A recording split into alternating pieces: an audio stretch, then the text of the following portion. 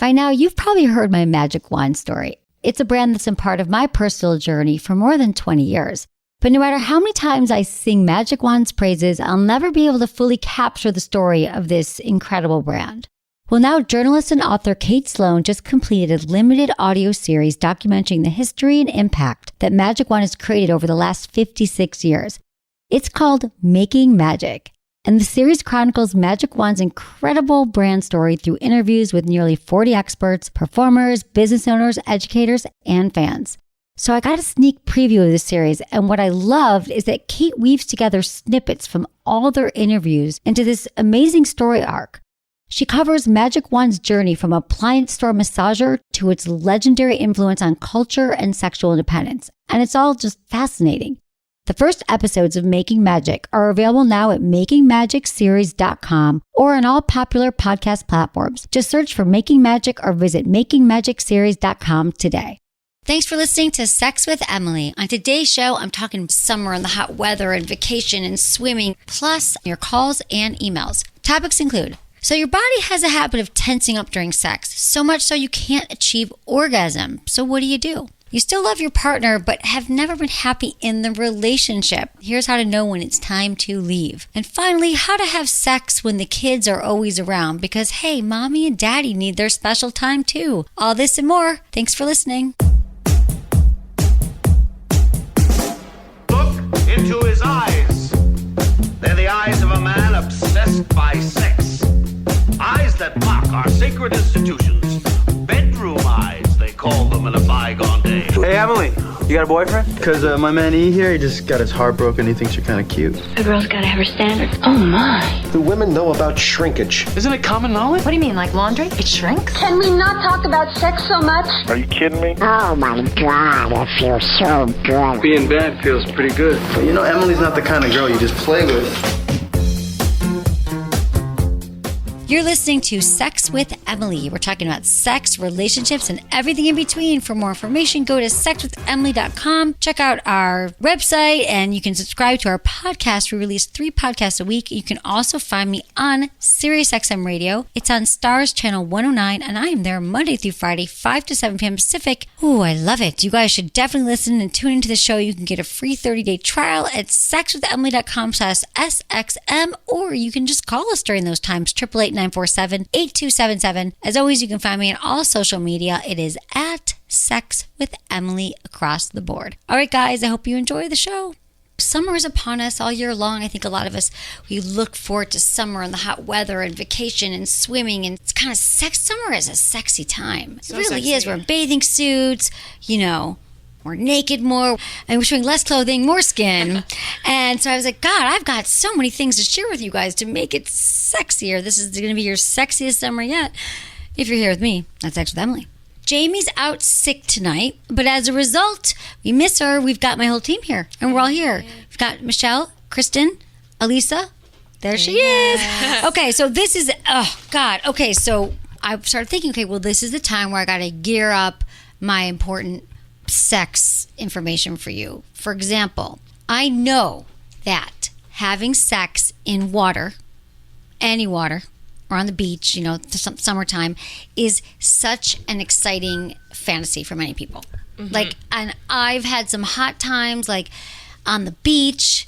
I remember fooling around with a boyfriend, not having sex. So I was 15 in a hot tub. My mom caught me. She's like, "Where are you?" And I was like, "I'm coming home soon." No. And then he had to drive me home when I was all wet. She still reminds me of this day. I was like, "Nowhere, Mom. I'm studying." But I'm wet and there's water dripping. I remember swimming around in his hot tub and, just sexy vacations, running in the waves. And I think there's just something about the water that is, it's sexy. It's freeing. Mm-hmm. It's thrilling. And seeing someone maybe in their bathing suit for a while that you haven't seen. And it's just liberating. When you're in the water, you're just I can totally let go. Well, I bet it was a lot more exhilarating for you in Michigan because, your seasons, you're bundled up. So when you're able to show that skin and run into some waves and just just do it. And freeing. It was amazing. In a way, that's maybe one of the only things I miss. But you have the seasons more so, and I miss my family. But you'd be really, it's not like here. It's kind of always summer. Mm-hmm. And we're a little annoyed that there's June gloom thing. But ultimately, it's 70 degrees by noon. We're fine.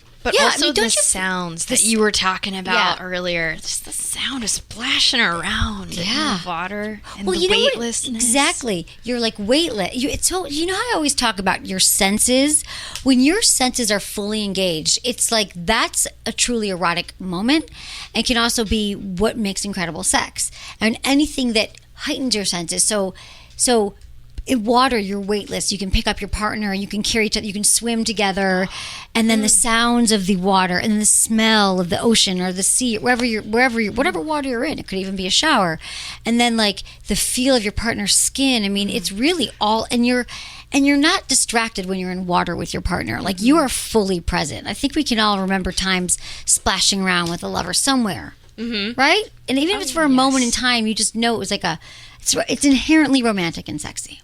Everybody loves it. You've just painted an amazing picture. I know, for it me. kind of I am turned like in it. into an erotica in my mind. I was Right? like, that would be really hot. Like if know. you were to write an erotica about being weightless and Thrilling and liberating. So I know I guess that is some inspiration for everyone this summer. However, there are some things you need to know about having sex in water that could be potentially risky. So I'm going to also give you alternatives, though. I'm not going to be your sexy summer buzzkill at all. I'm just saying, coming upon the solstice, let's talk about some things that could happen and where to take some turns, make some changes. So what I want you to know is that not all water is created equal. So I still want you, all of you, to embrace that feeling of flapping around in the water and being weightless. However, like standing bodies of water, like if you're in the lake or a pond or a swimming hole, not a great call for sex because they have like nasty bacteria. And then if you actually have the penetrative intercourse, it can end up in your urethra, your vagina, and then you get a bacteria infection.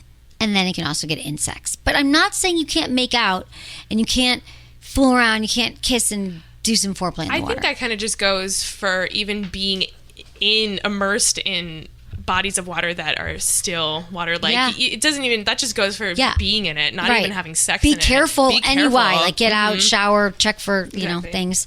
Salt water can be cleaner, but that can also sting female genitals. So be careful.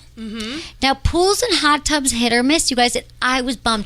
When I first learned this, that hot tubs could be potentially, we don't want to think about it. We're just like, I want to fool around in the hot tub. I don't. That's why we have hot tubs. Yeah. Hot tubs are inherently sexy. Like you see a hot tub and you're like, I want to have sex. Like, don't you just feel sexy when someone has a hot tub? Absolutely. Yes. You're like, it makes you start them to move. Instead of a deal breaker, it is like an immediate turn on if somebody has like a hot tub at their apartment building or at their house. I agree. They're like, want to come back and go in the hot tub? Like, yes is always the answer. Yeah, it's just an extra activity that doesn't make you think about what you have to do. Just you're not asking me to go to back to your house and have a drink or give you a blowjob. You're saying, let's get in the hot tub, even though it probably means that. The hot tub's amazing. Reframing it. So, but let me just tell you this. If you don't know, every hot tub is hit or miss. You don't know how often they're going to clean it. And then you won't know unless you ask around, like, who's in charge of the hot tub? And that kind of kills the moment. So, the chemicals that are used to clean pools, to clean hot tubs, like chlorine, can be irritants to the vagina. So, you got to be just like the shower or your bathtub is the safest bet. Like one of those spa tubs. Yeah, get a spa tub. Get a spa tub. Those are with the jets. Yeah, those are amazing. Those are sexy. Get one built for two. I want that in my next home. You could go swimming with your partner or whoever and, get kind of like start making out and then take it into the jet bathtub. Take it in the jet bathtub.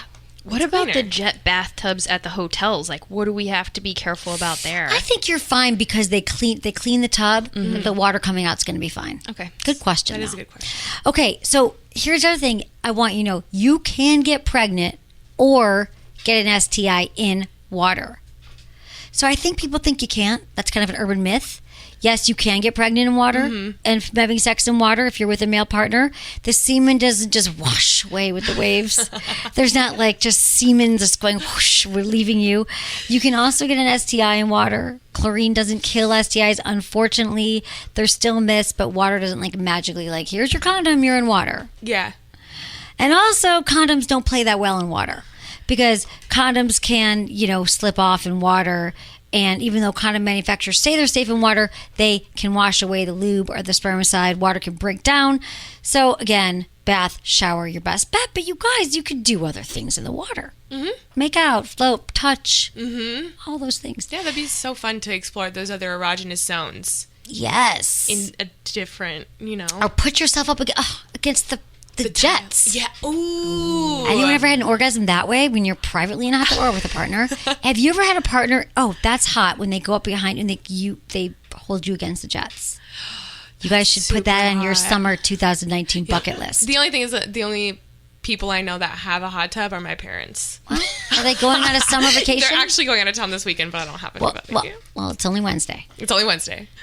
You never know. Get on those apps, girl. It's true. I'm just put that you have a jacuzzi in your profile. Yeah, just change it you for just this decided that a weekend. jacuzzi is hot. Do you think that like waterproof like condoms could be, like? Well, the problem is that they slip off. Do you think there could be some kind of invention? Well, okay. So it says the rules say that you could try using a condom. You got to put it on before you get in water. Okay. And then you hold it in place. But I just think, what if it slips off and it breaks down? Yeah. So all condoms are pretty much waterproof, they say, but you just got to hold it and it's a whole other thing. Right. But again, I think that it's overrated. It's kind of like, well, shower sex doesn't have to be overrated, but because I'm going to tell you some tips for great shower sex, but we often think these things are going to be so great, the pool, the ocean, and it doesn't mean you can't have a lot of fun frolicking around, but just don't do the old in and out. Right. Is all I'm saying. What water can I do the in and out in? Shower. Oh, okay. Shower And bathtub. Okay. Totally fine. The thing is, you want to make sure in the shower that you have to use lube, because we think in all waters we are wet, so why do we need it? But you actually need more, so use silicone. And then use some. Shower sex is really fun because you want to do some. It can be tricky because you can slip and fall. So if you're the receiver and you want to you could bend over and grab your ankles and someone could come at you from behind, so you're stabilizing, or if you have a bar to hold on to, so your partner can come at from behind, that can feel great too. And then there's also, you can find this on our website, there's a Sex in the Shower line by Sport Sheets, and they make a loofah, a loofah sponge with a little tiny water vibrator in it. Oh, wow. It's so cool. Your partner can suds you up and it vibrates, and then they have these suction handles that go on the wall, so you actually are sturdy. Because the big thing about shower sex is, yes, you can actually have penetrative sex, it can feel great, but you could fall and slip. So those are my tips for that. Get some props. Talking about the loofah, have you bathed a partner first? 'Cause Yes. that seems very sexy. Yeah, bathing your partner when you get in the shower, that's what I do. I don't turn on the vibrator part yet. They don't even know it's a vibrator. And then I'll suds them up and I wash their body all over, and then they can wash me, and then you just go, it's like a little tiny bullet vibe. I think we have one here. And you turn it on, and then it's like a powerful vibe, and then you can, I have it in my shower. I use it myself in the morning. I can use it with my partner because it feels great on them too. Remember, the massage is just tickling on their back. I mean, their balls. We know it feels good to us. So my question now about water sex or any of such is, what about lube in water? Great question. Yeah, you need to use lube in water because we actually get drier in water. So there's more friction. What happens with water is it washes away your natural lubrication. So very quickly you can get dry.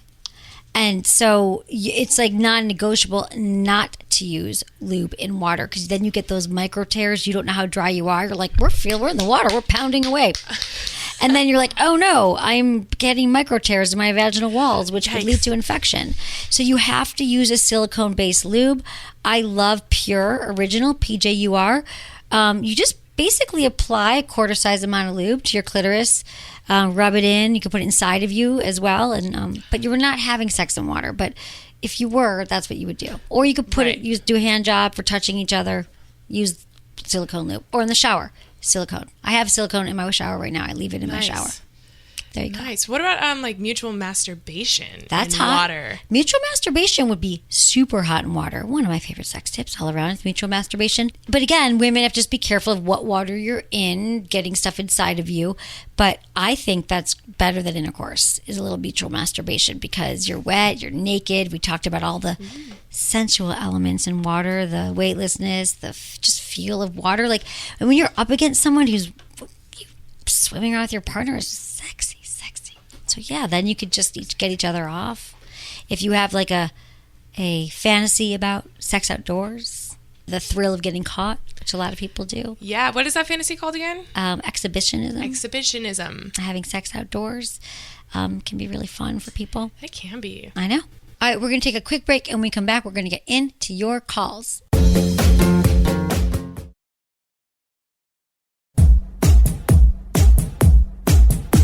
So we have Stacy, 32 in New York, who sent this email. Hi, Emily. I've only really had 2 serious sexual partners. I'm not comfortable with casual sex. I tend to get attached and don't want to risk it. Anyway, the last man I was with used to get frustrated that I wasn't relaxing or letting go. He said that I was too tense and that it was like I'm on the verge of an orgasm for a while and then I can lose it or it works. He made me feel like there was something wrong with me. Is there? Is it normal to tense up and contract my muscles to have an orgasm? Or is this just something I learned early on and need to reprogram? Just so you know, I have been successful at having vaginal orgasms, but again, I need to really tense up. Is it me or him or both? Okay, Stacy, great question. I'm glad this came up because I have to tell you, this is a common question. There's a lot of women who, that's how our initial or our first orgasms that we learn to have, our legs have to be closed and we're tensing up our Kegel, which essentially we're tensing our pelvic floor muscles, which are our Kegel muscles I always talk about, strengthening our pelvic floor. So that is really common, and he has to understand that that's how it happens with the tensing. That's how many women orgasm. So it's not that you're not relaxed. So you have to understand that many men interpret sex from what they know, their own sexual experience. So they're not tensing, they're releasing, right? And so even though there is a sense of release in orgasm, women do it very differently. Now, to say there's zero wrong with you. Now, maybe what he's saying is there a way to do it so you're not, like, your legs aren't tensing as much? And certainly there's many paths to orgasm. This would be a great month to experiment other ways that you can orgasm. I used to only be able to orgasm that way as well, with like my legs tighter together and clenched. But now I have learned through masturbation, through using different toys in different positions, that I can figure out how to do it with a partner in other ways. So the answer to your question is you don't have to reprogram it, but if you'd love to learn another way, could be fun, but put zero pressure on yourself. Because if that's the only way you do it, this was my job to learn it, you're totally fine. And I think that you need to let your partner know that this is what orgasm is to you, and he can have orgasm in this way, and you guys are going to figure out how to have amazing sex together, and there's nothing wrong with you. Do you think maybe she's also, when she does that, she gets tense in her face, so that maybe looks like she's... Yeah, I guess so. Maybe that's it. Because I'm trying to think. I feel that would feel good for him too. But maybe she has to put her legs together, or maybe there's a certain, like, I don't know, but I believe that when I, like, tense my Kegel muscles, my pelvic floor on a penis, it does typically like, oh, it feels good. Mm-hmm. So yeah, maybe she has to be like, I'm tense, but I'm really happy. Like I tell you, when I cry after sex. Mm-hmm. Remember we talked about that? As soon as I cry, I've cried after orgasm. We did some press on it, right? Did we talk about this in the show, or was this an article we did? It was an article that we did. But like I do, sometimes people are like, oh, that's, I don't know. It's like, no, if I cry, I just say, oh, I'm crying, but it's not you. I'm really happy. It feels good. It's confusing when you cry and laugh, and orgasm, all of that's connected. So she could be like, I'm tense, but I'm happy. I don't know. Right? I'm like, tense, just like, but it feels good. It just reminded me of that. Like, don't worry, this really feels good. Right? Like, I don't know. Cause I was just trying to think of like how that would be like an issue, just cause like, again, like even when I was using the womanizer duo, or that's how I was clenching. Like on the internal part, like, right. You know, I was tightening, and the thing is you feel that pressure more, right? You know, and that feels really good. It does. So again, this is just going to be a case of, you know, not having a lot of experience, and I also want to. I'm going to say she's not comfortable with casual sex. I tend to get attached and don't want to risk that. I get that too, but I also want to say that's also something that could be reprogrammed if you're interested. Not for everybody, but. I'm always just on alert for stories about how we were or how we are, and that sometimes we change. Okay. Ooh, we have Michelle on the phone, 39 in Missouri, and she wants to know if she should go through with her divorce. Hey, Michelle. Hi, Emily. How you doing? Thanks for calling. Thanks. I've been struggling for a while, and I'm not taking it lightly at all. I've been with my wife for 4 years, and to be honest, a lot of it's been a struggle. We're just not always on the same page.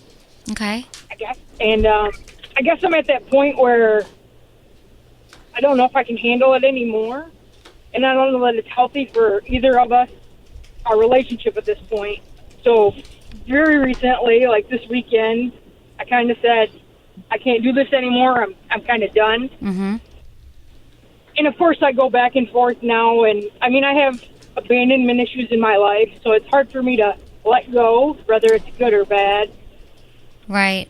Wait, Michelle, tell me about your relationship. So you said you've been together for 4 years? We've been married for 4 years. We've been together for 5.5. Okay. And did you say your wife? Kind of rushed things. Did you say wife? You said wife, right? Okay. So, yep. But have you? Okay. So tell me what happened. So have you guys? What's going on exactly? Is it a communication thing? Is it a sex thing? Is it? Has either one of you? Usually, someone's have you changed a lot? Been going through something? Tell me. A little bit of everything. When we got together, we lived in two different. On the other side of the state, she lived, so it was a long distance thing. And it was kind of like either we move or we break up because we didn't want to continue doing the long distance thing. So I feel like we kind of rushed it. She moved here and changed her life and has kind of looked for to fill a hole in that life that she created here. Right. And I just can't be everything. Like she doesn't have a lot of friends here, so I've kind of been like her whole outlet, and right. That's a lot. No, that's a lot. Have you talked to her about this though, Michelle? Have you guys how far along are you in the process of kind of sorting this out? How's your communication? Our communication can be lacking at times, but we've definitely discussed all these things, and we know where our issues are per se. We've done therapy. It just comes down to she's not happy, and in turn, like I feel like I can't make her happy, which I know that you're responsible. Oh, right. I know that my response would be right, that you can't make anyone happy. But here's the thing, Michelle, is what I'm curious about is like, okay, so you were in a long distance relationship. Those are very interesting because I like to call them vacation relations, meaning you see each other on the weekends when things are great. You don't really have to get into each other's lives and what, it's like always exciting. You're always looking forward to it. You always have that natural buildup. You're not with each other every single day. So it's like has that anticipation that we all crave in relationships after a while. So now that you live together, then you find out, oh, maybe we're not so much alike, and maybe it's not as exciting. And I want to say to you too, I don't want you to take all the responsibility for this, Michelle, because how do you know she was so happy where she was at before? Because typically wherever we go, there we are. I don't want you to take all the responsibility, Michelle. Yeah, and I try to remind myself of that because she's not. I mean, she's never really. She will tell you, and I think that's kind of what put me in this spiral to I'm never going to be able to make you happy. Well, right. Because she'll tell you I've never been happy. Like, I'm like, when's the last time you were happy? She's like, well, I don't know that I've ever been happy. And I'm like, if you've never been happy, how can I ever live up to... Well, exactly. Has she ever had therapy? I mean, here's the thing. Has she had therapy on her own? And when you said you had it, did you go 3 times or did you go for a year? Because if you want to make this work, you're going to have to put in the time of a therapist that you both like and you both commit to.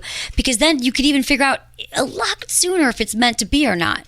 It's really just communication and her realizing that, that it is her responsibility to make friends on her own and to figure out her own happiness. If she needs to see a therapist, start to work out more, do breathing exercises, get on medication, like whatever she has to do. But it's not, no one is in charge of our happiness except for ourselves. And that's a huge fallacy we have in relationships. Like once I'm with someone, they're going to complete me. They're going to make me happy. No, it's her responsibility.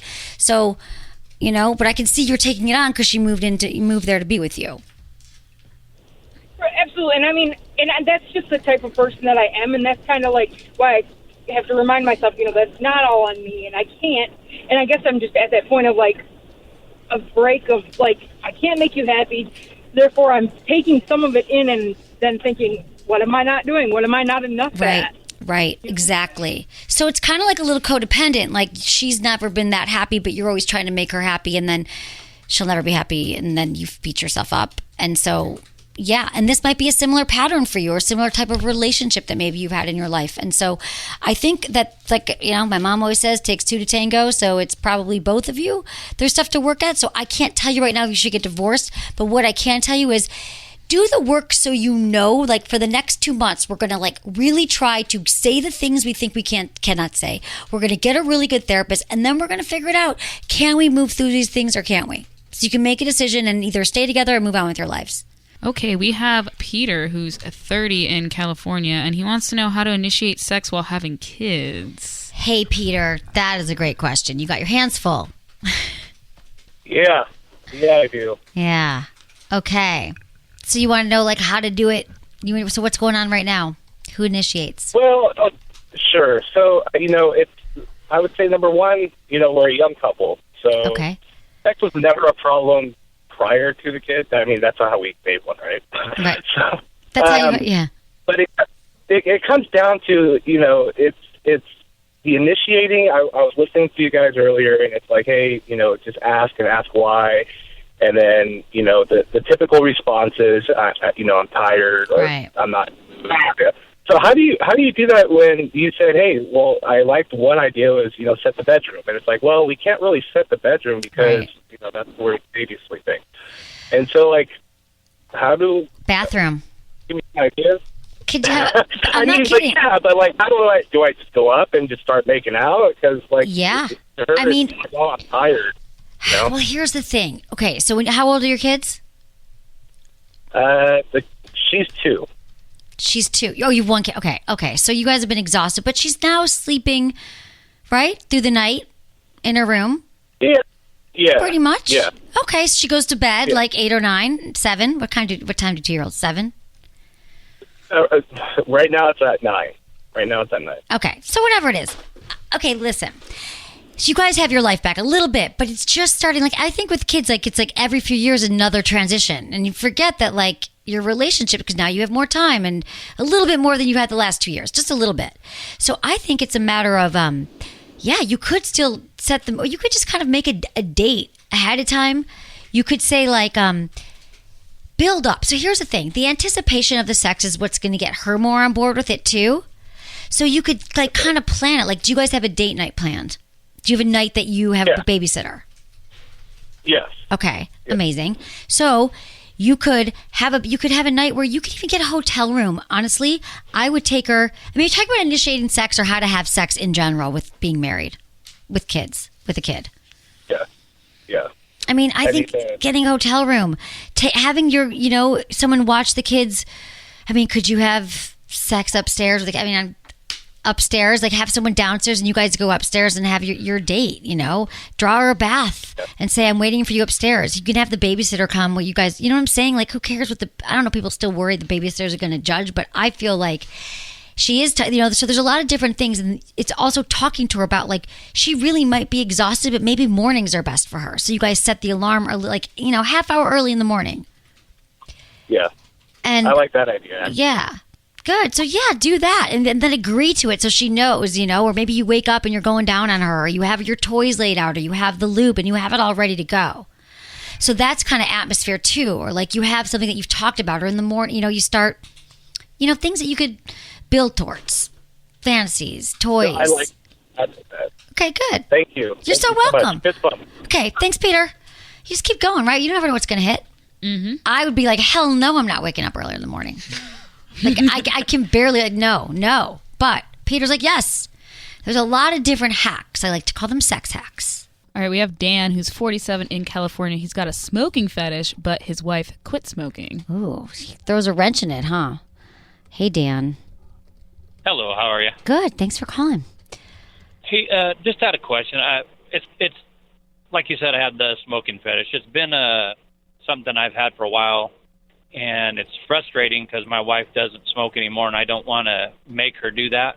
Right. And so I'm trying to figure out. I don't even know why I have it, to be honest with you. I don't know. I've never smoked a day in my life, and so I don't know anything about it. I was wondering if you could maybe shed some light on that. Well, I could let you know. I mean, typically fetishes mean that like, something happened when you were a kid and like you eroticized it. Like maybe your piano teacher smoked a cigarette, or maybe an older girl in school was smoking and then it was the first time you had a sexual memory. Usually it coincides with when you're going through puberty. And for many men, that's when their fetishes start. So maybe you remember like you saw it in a movie, a woman smoking a cigarette, and at that same moment your testosterone was racing through your body, and then you just kind of linked that up with smoking. Oh, okay. So if that resonates with you, that could be why. But when I saw your call come up, I was like, oh, well, can't she just get a vape that doesn't have tobacco in it? Would that still not be the same? Like they even have ones that look like cigarettes, but they don't have tobacco in it. Oh, that's a good idea. I never thought of that. Yeah, I mean, literally, I was like, oh, I'm just going to take this real quick because you just got to get a vape without, there's like flavored vapes, no tobacco. She'd probably be down with that. Yeah, that's because if you've had this fetish, you're 47 your whole life, I would say, don't fight the fetish. Just kind of see if she could work with some props. Okay. Yeah? All right. All right. I appreciate that. Okay, sure. Dan, you're in California too. There's tons of vape stores. So let me know what you find. Thank you. I appreciate it. Okay. Thanks, Dan. All right, guys, thanks for listening to the show and for being fans of the show and for sharing the show with a friend and for subscribing. That really helps us because we do release 3 shows a week and it just helps to get your feedback. So let me know, was it good for you? Email me, feedback@sexwithemily.com.